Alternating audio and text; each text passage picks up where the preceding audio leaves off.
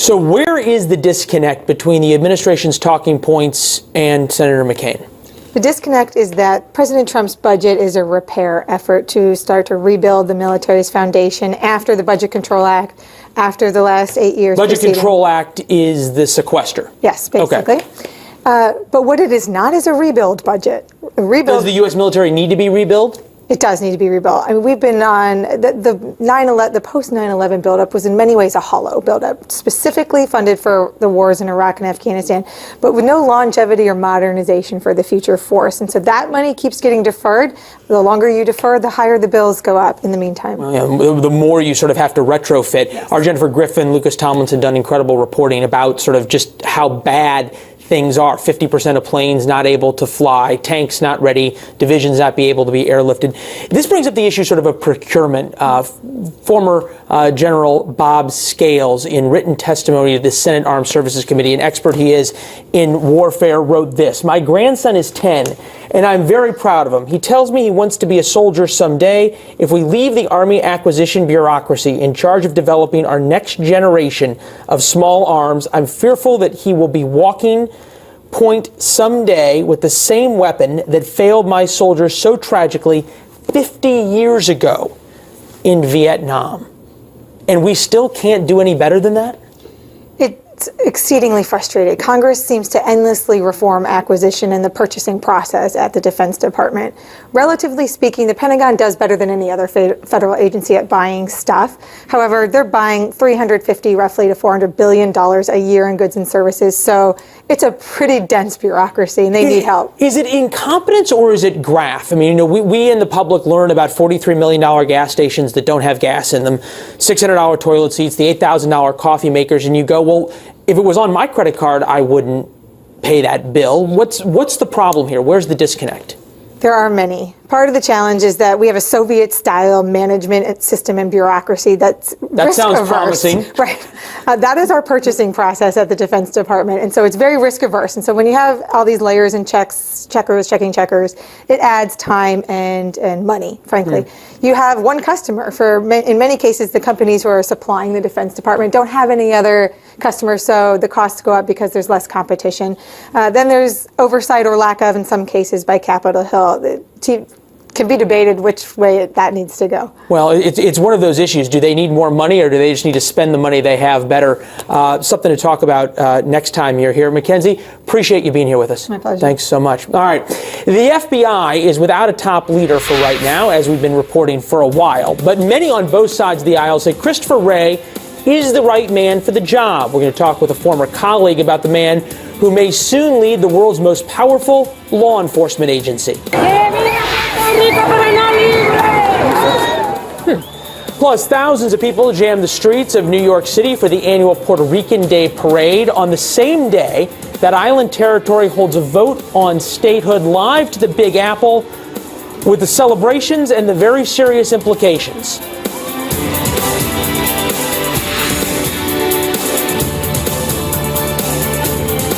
That's right, keep rocking. SiriusXM's free listening event might be over, but you can turn us back on with packages starting for a limited time at just $5.99 a month plus fees. Just visit SiriusXM.com/GetSXM to keep hearing all the things that make you love taking the long way home.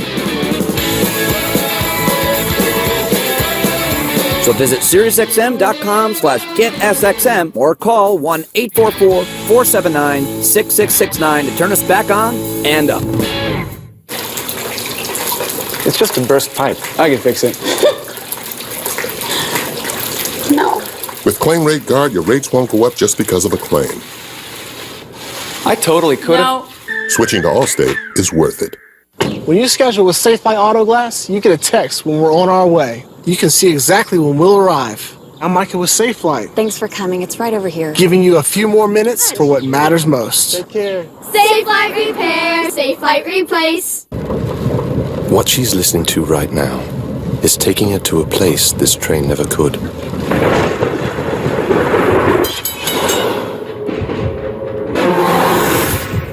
And now she's hanging on every word until the story consumes her.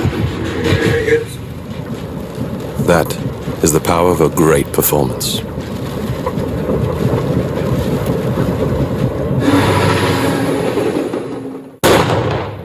The fabric in this bulletproof vest is so strong, it can stop a speeding bullet. And this biaxial braid fabric is so strong, we decided to build a hose out of it. And here it is, the brand new Pocket Hose Brass Bullet. This new exclusive biaxial braid outer sleeve is a soft fabric with no seams to tear or burst. But so incredibly strong, it can stop these trucks dead in their tracks. And the re-engineered thicker inner tube is our toughest yet. Just turn on the water and watch the brass bullet inflate and expand to a full-size super hose. And the full-size 3/4-inch diameter gives you a powerful stream. Then when you're done, turn off the water and it shrinks back down to a lightweight pocket hose. Look at that. It's squeezing itself dry. No winding, no coiling, no muddy wet messes. This new brass bullet hose will never tangle or kink. Never. No matter how hard you try. And look, I'm like really trying. It comes with tough grade solid brass connectors and the no kink connector protectors that help eliminate leaks. It's guaranteed to last a lifetime without leaking or kinking or your money back. And the Pocket Hose Brass Bullet stores away with ease. Here's your 50-foot hose. And here's our 50-foot brass bullet. So toss out that dirty old beast and buy a bullet. Get the incredible 25-foot Pocket Hose Brass Bullet today for only $19.99. And you'll also get the Turbo Shot Jet Nozzle free.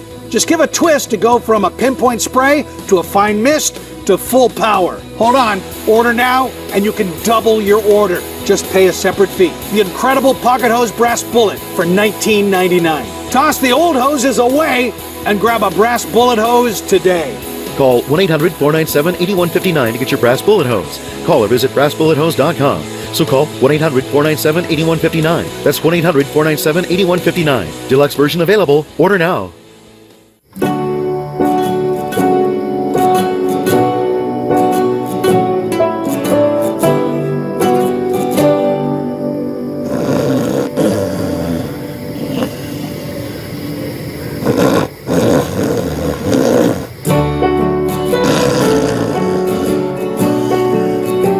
The all-new Volkswagen Atlas. Seats 7, sleep 6. Life's as big as you make it.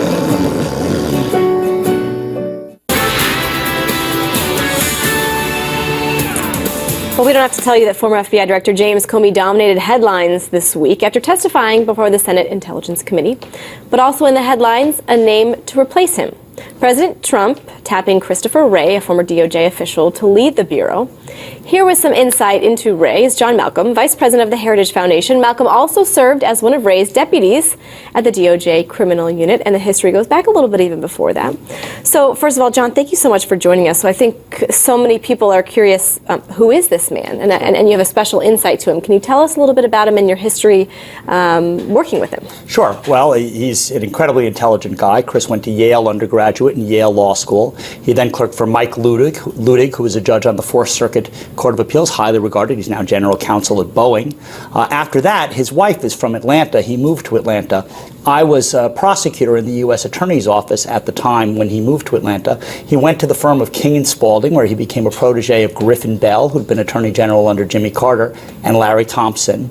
I left the U.S. Attorney's Office. We just missed overlapping in the beginning of '97 when Chris Wray went into that office. He was there for 4 years. He worked on a number of very high-profile cases, worked with a lot of FBI agents, worked very closely with former Deputy Attorney General Sally Yates. And then when George W. Bush won the election, we both moved to Washington and worked at the Justice Department. Chris Wray was the principal deputy to Larry Thompson, who was the Deputy Attorney General. I was a deputy under Mike Chertoff in the criminal division at the Department of Justice. Go ahead. And then when he became head of the criminal division, I was one of his deputies. I think, and I don't want to interrupt you, but it sounds like there's so many pieces of that puzzle that make him equipped to lead the FBI. Anything that stands out in particular to you where you feel like that history will fit in very nicely? Sure. It's a big deal. Sure. I mean, in addition to the fact that when he was a prosecutor for 4 years as a line attorney, he worked very closely with FBI agents. I mean, He was at the Department of Justice during the Enron time, post 9/11 time. He worked on a daily basis. He had briefings every morning with Bob Mueller when he was FBI director. When Jim Comey became Deputy Attorney General, he dealt with Jim Comey every day. When Chris was head of the criminal division and Comey was the deputy. He knows the ins and outs of the FBI from the ground level, from the regular investigator all the way up through every facet of the FBI. And he's superbly qualified. Regardless of your resume, still have the hearings, the confirmation hearings. What could be a sticking point? What in his history do you feel like is going to come up and it's going to be contentious regardless of whether or not he's qualified? Well, the only thing I've heard anybody mention is that he represented Chris Christie with respect to this Bridgegate scandal. And of course, there are some people who don't like Governor Christie. All I can say, of course, is that Christie did a superb job because Governor Christie didn't end up getting charged with anything. I suppose people will seek assurances that he's going to be independent of the president. That's what I was going to ask you. Sure. Is there any history between Christopher Wray and the president? Will we see that come up? Will that be a contentious issue? No. So far as I know, the first time they met was when the president interviewed him. Chris Wray is well aware of the fact that Lady Justice wears a blindfold. He's not going to be the FBI director for conservatives or liberals. He's not going to be the FBI director for Republicans or Democrats. He's going to be the FBI director for the nation, and he will conduct himself with professionalism, dedication, in a completely apolitical, nonpartisan manner. What I want to ask you, my last question looking forward, is what type of environment is he getting into right now? It's a hard job to begin with and a hard job right now. Well, he's up to the task. He's been given a little bit of breathing room because Bob Mueller has been appointed as the special prosecutor with respect to the Russian investigation. So Chris Wray can go about the task of, being the head of the nation's top investigative law enforcement agency and take care of the rest of the problems that exist in our nation, including counterterrorism. And boy, do we need somebody of the caliber of Chris Wray. And I know that was my last question, but when you worked for him, because a lot of people are saying this is my new boss, what is he like to work under? Oh, he's incredibly ethical, hardworking, a very pleasant guy. He's got a lovely family and dedicated to the task. All right, interesting. John Malcolm, thank you for that perspective. A lot of people don't know much about him, so thank you so much. We appreciate it. Good to be with you. Leland? Still ahead, as Puerto Rico faces a big choice about statehood. There's a lot of folks out celebrating the Puerto Rican Day Parade in New York City. Brian Yenis on the ground. Hi, Brian. Hi, Leland. Well, Oscar Lopez Rivera, a convicted terrorist and a leader of the FALN back in the 70s and 80s, rode down a float. Some were stunned. Some say he's a freedom fighter. Others a terrorist. We'll have reaction from the 60th annual Puerto Rican Day Parade next.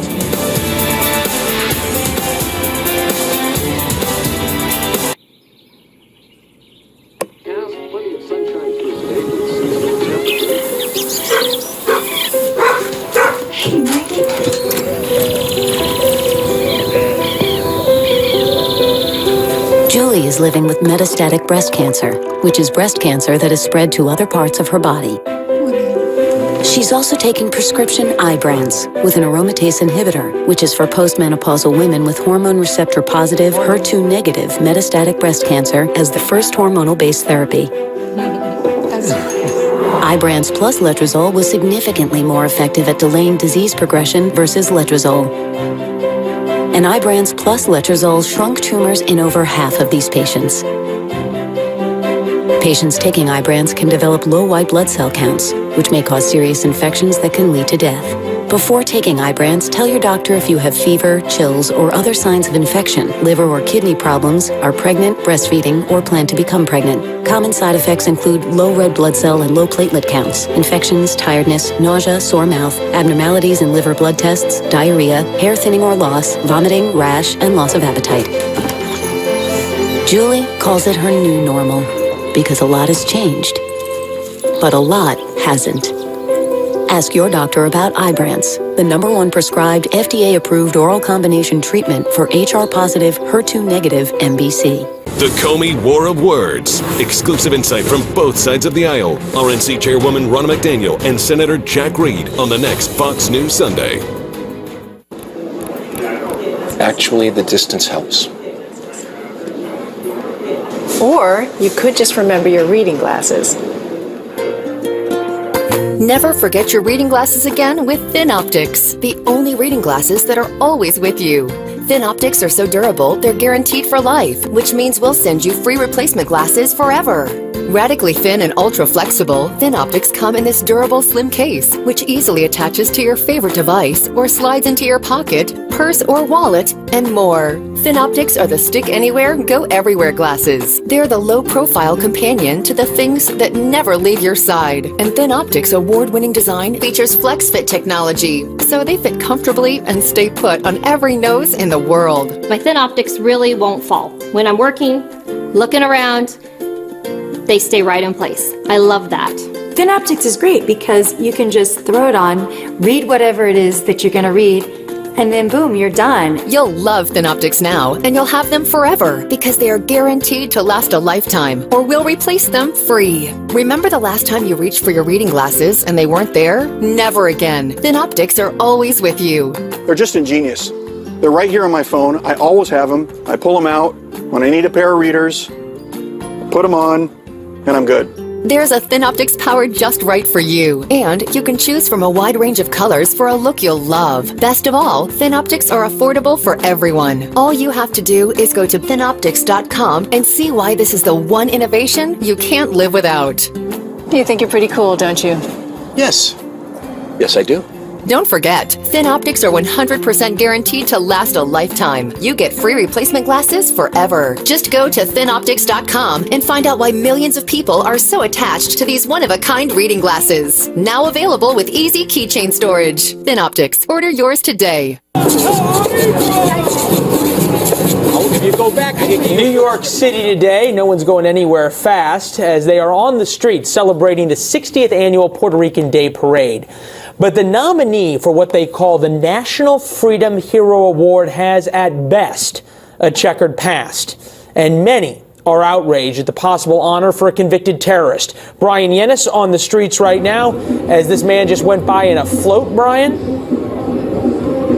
That's right, Leland. Despite how you feel about Oscar Lopez Rivera, some may call him a freedom fighter. He is a convicted terrorist, and he did ride down a float on Fifth Avenue, New York City, in the 60th annual Puerto Rican Day Parade. Mayor Bill de Blasio, shortly after, following Oscar Lopez Rivera, he was pressured to drop out of this parade, but still continued to be in it. Now, Lopez Rivera is one of the leaders of the terrorist group, the FALN, or the National Liberation of Armed Forces. It's a paramilitary group that was responsible for over 120 bomb attacks throughout the United States in the 70s and 80s. Their goal was to gain independence for Puerto Rico and establish a socialist government. In 1981, Oscar Lopez Rivera was convicted of seditious conspiracy against the U.S. government, transporting firearms and explosives. He was sentenced to 70 years in prison, and he served 36 of those years. President Obama commuted Lopez Rivera's sentence in January, but Lopez Rivera was never charged with any specific violent crime. He was, though, a leader of the FALN, and he was accused of being a bomb maker. The group's deadliest attack was a 1975 blast at Francois Tavern at New York City, which killed 4 people, including Frank Connor, who was 33 at the time when he died in that blast. His son, Joe Connor, spoke to us about how outraged he is. Is he a hero? He's a hero to nobody. Is he for freedom? No. Oscar Lopez wanted to enslave the Puerto Rican people into another Cuba. Now, the Puerto Rican Day Parade lost half of its corporate sponsors as a result of this decision. Governor Andrew Cuomo of New York is not in this parade this year. The NYPD Police Commissioner James O'Neill also boycotting this parade, as well as Hispanic police groups who are no longer here at this parade as a result of Oscar Lopez Rivera marching. Now, the parade organizers are standing by the award that they gave him, the National Freedom Hero Award. It was the first time they've ever given anybody this award, but because of the pressure, Oscar Lopez Rivera bestowed the award. He didn't receive it. He gave it to the people of Puerto Rico and decided to march himself. Still, Puerto Rican Day Parade organizers said this in a release: some people call him a terrorist while others think of him as a freedom fighter, as was the case with Nelson Mandela. Nevertheless, Oscar's participation is not an endorsement of the history that led to his arrest nor any form of violence, but rather a recognition of a man and a nation's struggle for sovereignty. sovereignty. And Leland, this is a U.S. territory. These people are American citizens, and they are struggling in the midst of a recession, bankruptcy. Many of the critics of Oscar Lopez Rivera being here today are also pointing out that it's taking away attention from a U.S. territory that is struggling like it has never seen before, and they say that's not helping anybody. So that's also part of the criticism today. And you had also mentioned today a vote. People in Puerto Rico casting a symbolic vote as to whether or not they want to remain a U.S. territory, a state, or become independent, something that Oscar Lopez Rivera has been fighting for his entire life. Yeah, that vote non-binding, though, would then essentially sort of a preference vote that goes to the U.S. Congress. Brian, I'm interested in this last part of essentially the financial abyss that Puerto Rico is in. Is there any talk among the folks who are out there of the need for real reform on the island and being willing to make the tough choices and, for that matter, help their relatives and friends back in Puerto Rico pull themselves up by their bootstraps? You know, there are some people who thought that this Puerto Rican Day Parade should not have happened in the first place, to send a message to the U.S. Congress and to the American people on the mainland that Puerto Rico is in dire straits, and they believe that they needed that. So it is mixed on both sides, a very contentious issue as to how there should be a solution to this issue. Yeah, contentious with a lot of good folks caught in the middle. Brian Yennis on the streets. Brian, thank you. Liz? All right, coming up, the lights will shine bright on the stars of Broadway tonight as the Tony Awards takes center stage. We'll have a preview coming up. My regards to Broadway. Remember me, Harold Square. Tell all the gang on. Hi, so I just got off the phone with our Allstate agent, and I know that we have accident forgiveness. So the incredibly minor accident that I had tonight. 4 weeks without the car. Okay, yep, good night. With accident forgiveness, your rates won't go up just because of an accident. Switching to Allstate is worth it. Americans, 83% try to eat healthy, yet up to 90% fall short in getting key nutrients from food alone. Let's do more. Add 1-A-Day 50 Plus, a complete multivitamin with 100% daily value of more than 15 key nutrients. 1-A-Day 50 Plus. Sailing through the heart of cities and landscapes with Viking, you'll see things differently. You'll get closer to iconic landmarks, to local life, and cultural treasures. It's an experience only a river cruise with Viking can give you. Spend less time getting there and more time being there. Call Viking or your travel agent for special offers now, and learn more at vikingcruises.com. If you love your dad, give him a meal that he'll truly appreciate. The Omaha Steaks Father's Day gift is filled with over $200 worth of great food for just $59.99. That's 70% off only on this special offer. The Omaha Steaks Father's Day gift includes either Omaha Steaks 4 juicy, tender 6-ounce filet mignons or a huge 30-ounce T-bone steak. Plus, you'll get 4 gourmet jumbo franks, 4 premium ground beef sliders, 4 creamy potatoes au gratin, and Omaha Steaks signature steak seasoning. Dessert is a decadent 2-pound New York cheesecake. Your order will be delivered straight to your home or the destination of your choice for the perfect gift. As a special thanks from us to you, if you order right now, we'll include 4 more premium Omaha Steaks ground beef sliders free. That's 8 total. The Omaha Steaks Father's Day gift, over a $200 value for just $59.99. Give Dad a gift he can appreciate. Give him the Father's Day gift from Omaha Steaks today. I'm always training with a purpose. I train a lot and I sweat. I sweat so much. I'm totally competing, sometimes against the heat. If it's your passion, you never want to let the heat slow you down. You need something that can cool you instantly and keep you cool for hours. For these world champions, it's the new Max Cooling Towel from Mission. This Mission Cooling Towel, it instantly cools you down. Just soak, wring, and snap to activate. Mission's new Hydroactive Max cooling technology cools as low as 60 degrees, plus provides up to 30% greater cooling power. Machine washable and chemical-free technology. Whether you're playing hard or working harder, don't let the heat beat you. There is no other cooling towel like Mission. Available at Mission.com and a retailer near you. The Mission Max Cooling Towel, it's a game changer. You don't know this yet, but in 1,500 miles, you'll see what you're really made of. After 5 hours of spinning and one unfortunate ride on the Gravitron, your grandkids spot a 6-foot banana that you need to win. In that moment, you'll be happy you partnered with a Humana care manager and got your health back on track, because that banana isn't coming home with you until that bell sings. Great things are ahead of you when your health is ready for them. At Humana, we can help you with a personalized plan for your health for years to come. Also be up. So, of course, this is something that you do not want to miss. Nope, there you go. Have a great week. Thanks See you for next watching. weekend.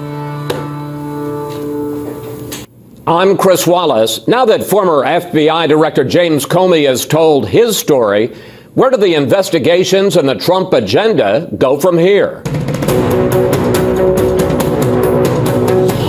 I don't think it's for me to say whether the conversation I had with the president was an effort to obstruct. No collusion, no obstruction.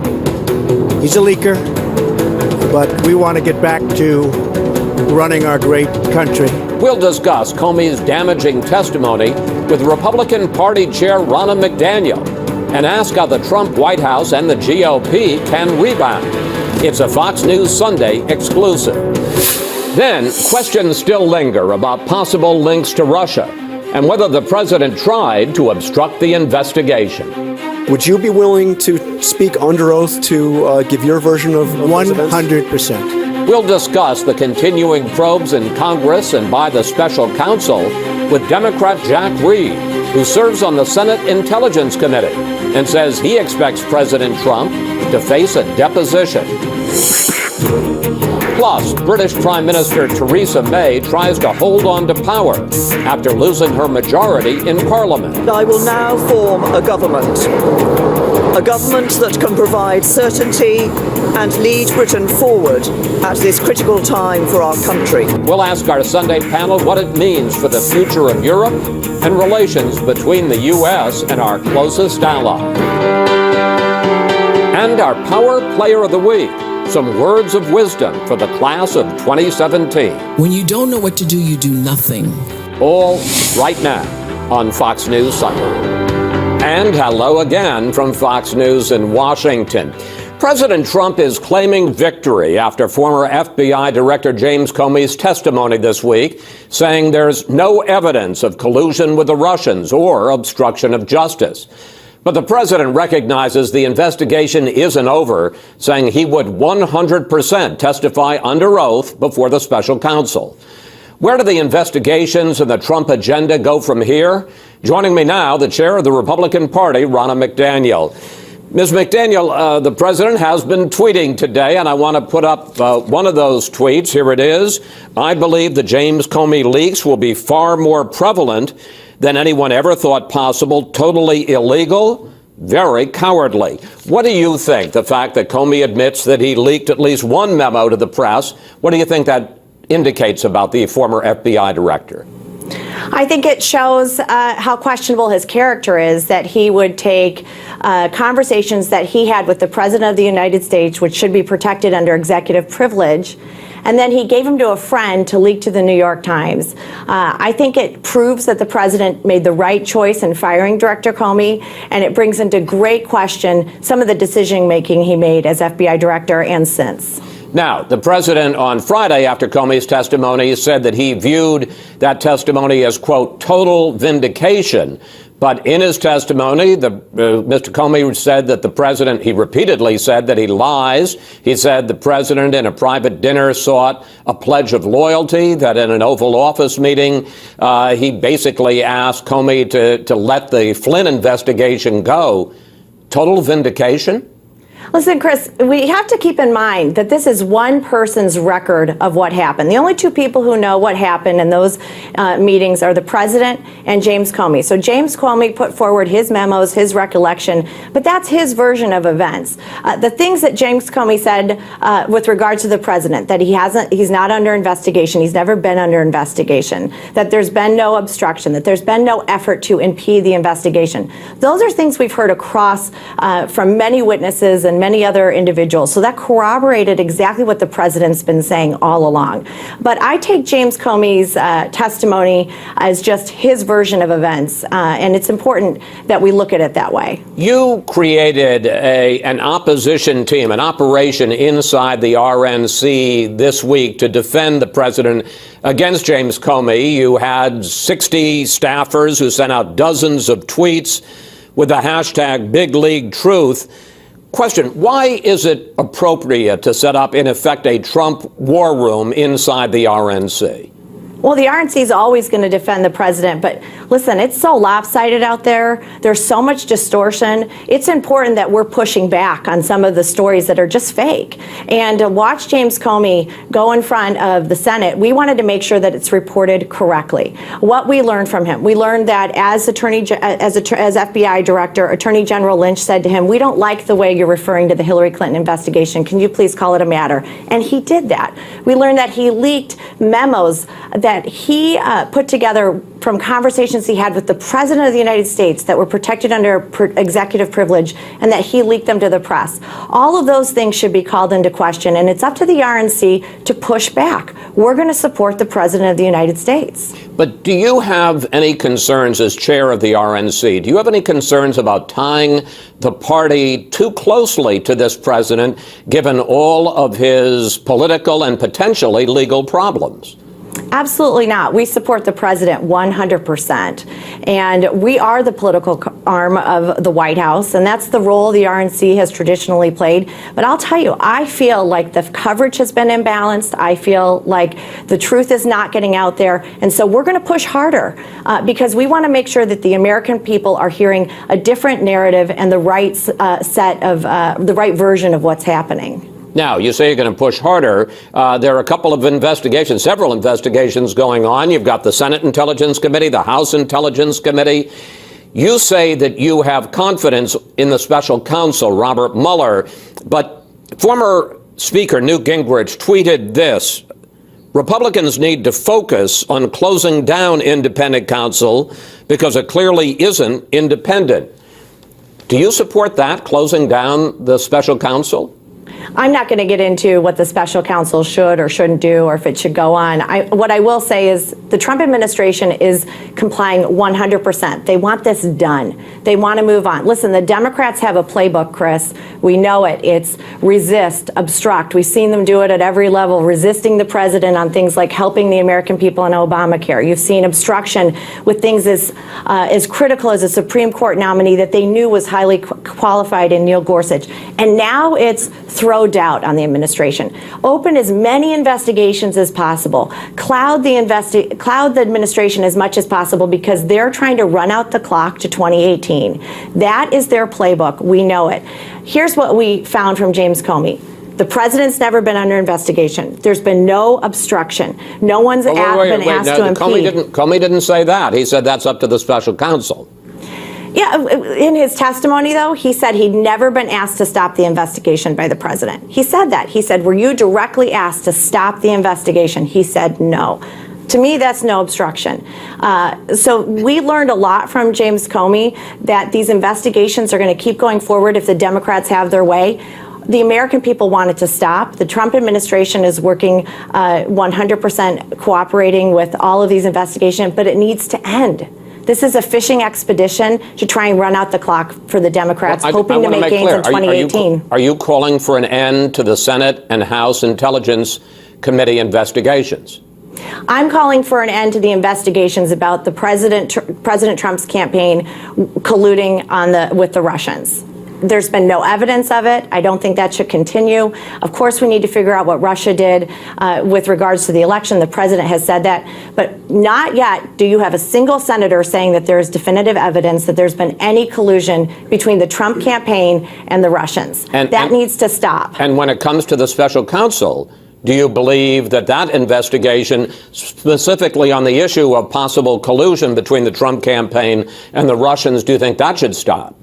Well, that's going to run its course. We'll see what happens. I think it should end quickly. I want them to get to a final conclusion soon because this needs to end. Nobody has come forward with any evidence that there's been collusion between the Trump campaign and the Russians, and it keeps persisting. So it's time to put an end to this. Let's let the special investigation take its course and end, but let's not keep finding ways to open new investigations. All right, let me, excuse me, ask you one question more about the special counsel. President seemed to make a pledge, a promise in the news conference on Friday. Should he keep his promise and testify under oath before the special counsel?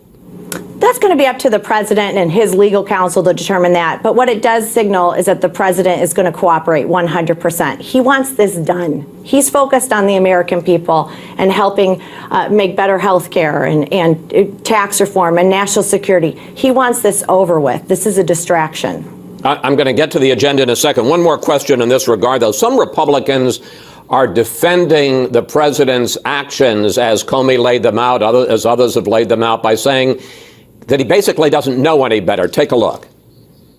And no one has either informed him or he's been unwilling to be informed about why the sort of request like the one he made would be inappropriate. He's new at government, and so therefore I think that he's learning as he goes. Chairwoman McDaniel, do you buy that defense that if the president did anything inappropriate, it's because he's basically an amateur? Chris, I'm going to go back to, this was just James Comey's version of events. We don't know what happened in these conversations. That's his interpretation. I take the president at his word, but that's just one person's version of events. The president knows what he's doing. And let's go back to what James Comey even said. Say his version is true. And he said, the president said, I hope you let this go. Listen, I'm a mom of kids. There's a difference between saying, I hope you do your homework, and go do your homework. Donald Trump, President Donald Trump, is someone who speaks definitively. He's somebody who, when he talks to you, you know what he means. So again, this is all James Comey's version of events, and we've got to look at it that way. As you said, the president wants to end all of this, to get on with his agenda, to help the American people. Here was the reaction, though, this week from House Democratic leader Nancy Pelosi. How dare the Republicans and the president to say this investigation into the integrity of our elections and our government is an impediment to our getting our agenda through. What agenda? Show us the jobs. Show us the agenda. Where are the bills? Doesn't Pelosi have a point? There's no tax reform bill that the White House has submitted. There's no infrastructure bill the White House has submitted. And Obamacare repeal and replace is tied up in the Senate. Well, President Trump has passed 37 laws in his first 5.5 months as president, more than any of the past 4 administrations. He has hit the ground running. Wait a second. I mean, we're talking about big legislative agendas. I'm sure there are a bunch of laws, but you know, his main legislative agendas: health care reform, tax reform, infrastructure. The only one that's even passed one house is health care reform. You've got a majority, a Republican majority in the House and Senate under budget reconciliation. You could pass them without any Democratic support. Why haven't you? Well, let's go back. 37 laws, deregulation. He's restored our standing as a global leader across the world with his foreign trips and his decisive actions in Syria. But let's go back. Healthcare, tax reform, infrastructure. These are huge issues. They don't just happen overnight. We're 5.5 months in. The House has already passed a repeal and replace of Obamacare. We're going to continue to work at that. But this just doesn't quickly happen. And Republicans are doing it the right way. We're going back into our districts. We're talking to constituents. We're having a diverse discussion. We're making sure that when we do it right. Because we recognize the failures of Obamacare, passing 30,000 pages of legislation quickly, ramming it through without anybody looking at it. Now look at what it's done across this country. It is failing. You have insurers pulling out of marketplaces. You have people whose premiums have doubled. If we're going to fix this, we have to make sure we do it right and not rush it through. All right. 5.5 months is pretty early to have all those things done, and we're making very strong progress. The president is laser focused on helping the American people. Final question. I got less than a minute left. Quinnipiac came out this week with a new poll, and let's take a look at that. Mr. Trump's approval now stands at 34%, disapproval at 57%. That's the lowest we can find for any president this early in his first term. Isn't the president at this point a drag on Republicans and your agenda? Absolutely not. You look at the Montana special election with Greg Gianforte, who had lost in November running for governor by 4 points. He wrapped himself around the president. He had Donald Trump Jr. in there, and he won by 7 in a state with a Democrat governor and a Democrat senator. The president resonates with our base. He has faced more obstruction, more resistance, and more negative media than any president in our history. But he's going to keep laser focused on policies that help the American people. And you're going to see all those numbers rebound as they start to feel that in their everyday lives. Chairwoman McDaniel, thank you. Thanks for your time this weekend. Please come back. Thanks for having me. Will do. Up next, we'll get reaction from Democratic Senator Jack Reed, who's calling for the president to tell his side of the story under oath. Dear Predictable, there's no other way to say this. It's over. I found a permanent escape from monotony. Together we are perfectly balanced. Our senses awake. Our hearts racing as one. I know this is sudden, but they say if you love something, set it free. See you around, Julia. It's okay that everybody ignores me when I drive. It's fine, because I get a safe driving bonus check every 6 months I'm accident-free. Because I don't use my cell phone when I'm driving, even though my family does and leaves me all alone. Here's something else. I don't share it with Mom. I don't. Right, Mom? I have a brand new putter you don't even know about. It's awesome. Safe driving bonus checks only from Allstate. Sometimes I leave the seat up on purpose. Switching to Allstate is worth it.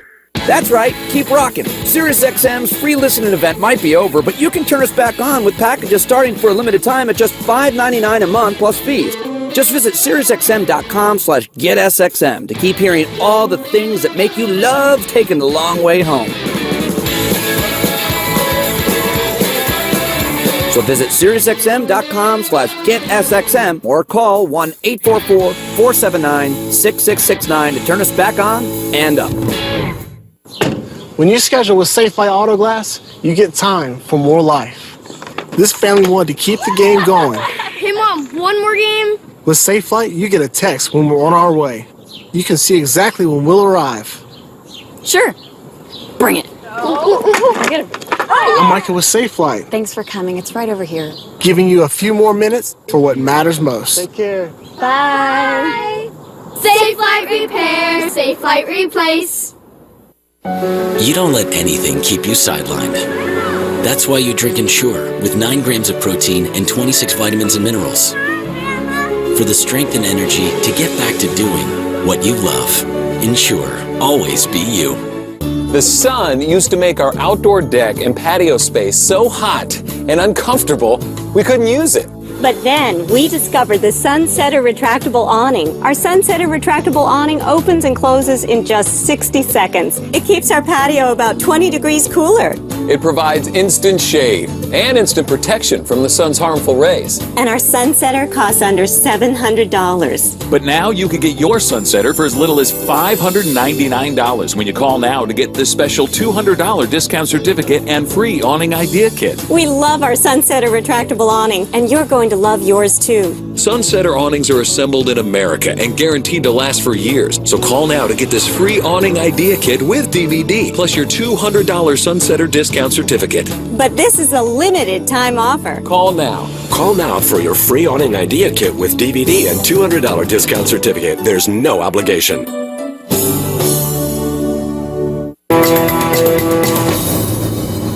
A look outside the Beltway at the busy harbor in Newport, Rhode Island. That looks familiar to you, doesn't it? It does, Chris. President Trump says he would be glad to testify under oath to dispute James Comey's account of their meetings. Now the question is, will he? Joining me is Jack Reed, the top Democrat on the Senate Armed Services Committee, who also serves on the Senate Intelligence Committee, the senator who is from Rhode Island and Newport. Welcome back to Fox News Sunday. Thanks, Chris, very much. Let's start with the president's pledge in the Rose Garden on Friday to tell his side of his conversations with James Comey. Here he is. Would you be willing to speak under oath to give your version of those events? 100%. If Robert Mueller wanted to speak with you about that, I would be glad to talk tell him exactly what I just told you, Joe. Senator, before that, you said you thought that the president should face a deposition. Are you willing to take yes for an answer? Indeed, I am, but the deposition is not just about his conversations with Mr. Comey. There's issues with respect to his conversations with Director of National Intelligence Dan Coats, Admiral Rogers, the NSA director, his relationships with Manafort. By the time the special prosecutor, Mr. Mueller, is ready to depose or ask the president to speak under oath, there'll be a myriad of questions. So what I don't want to see is simply, well, I just said I talk about Comey. I'm not talking about anything else. To resolve this situation, he has to be prepared to speak on all these matters. Would you also like to see the president testify under oath before Congress? Well, that raises the issue of separation of powers, frankly. And at that point, I think there's the history would suggest that that's not done often. The special prosecutor, Mr. Mueller, is the person that is charged to conduct this investigation, and I believe he's the appropriate individual to conduct through his staff these investigations. In his testimony, James Comey acknowledged that he had repeatedly told the president that he is not a target of an investigation with regard to collusion with the Russians. Here's one instance. We briefed the congressional leadership about what Americans we had opened counterintelligence investigation cases on, and we specifically said the president is not one of those Americans.